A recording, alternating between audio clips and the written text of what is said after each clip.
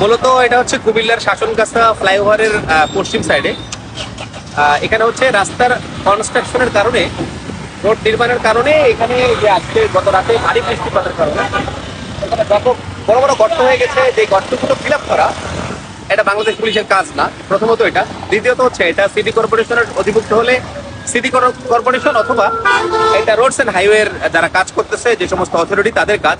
আমরা তাদেরকে ইনফর্ম করেছি অলরেডি, বাট সকাল থেকে তারা আসতে বা তাদের ব্যস্ততার কারণে আসতে লেট হওয়ার কারণে এই জায়গায় অলরেডি আপনারা দেখছেন কয়েকটা অ্যাক্সিডেন্ট হয়ে গেছে। অলরেডি 7টা-8টা অটো উল্টে গেছে।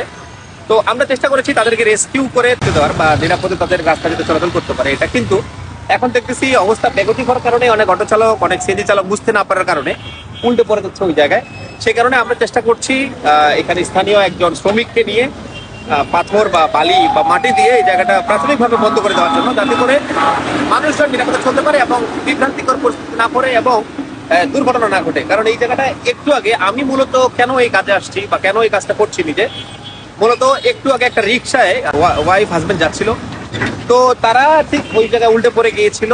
প্রেগনেন্ট মহিলা ছিল, এই কারণে খুবই ব্যাপারটা মানবিক কারণে আমি নিজেই এই কাজটা করছি বা ট্রাই করছি যাতে করে এই যে এখানে উল্টে পড়ে যাচ্ছে, যাতে করে গাড়িগুলো স্মুথলি চলতে পারে এবং সিটি কর্পোরেশনের টিম অথবা রোডস এন্ড হাইওয়ে টিম আসলে যাতে করে দ্রুত এটা সমাধান করে দিতে পারে, সেই জন্য আমার ক্ষুদ্র প্রচেষ্টা।